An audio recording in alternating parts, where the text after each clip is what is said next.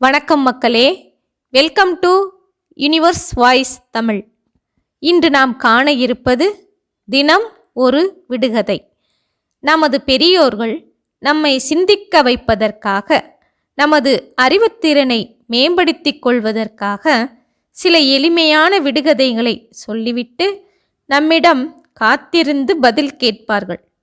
இதுவும் ஒருவித அறிவு விளையாட்டு என்றே சொல்லலாம். அந்த வகையில் இன்று ஒரு விடுகதை என்னவென்று கண்டுபிடிப்போமா? காட்டையும் மேட்டையும் காணாத தண்ணீர், கவரிமான் கால் விளிம்பு குளம்பளவு தண்ணீர், வெள்ளோட்டு கூண்டுக்குள் விளையாடும் தண்ணீர், போட்டு உடைக்க ஓடும் புத்தம் புது தண்ணீர். அது என்ன?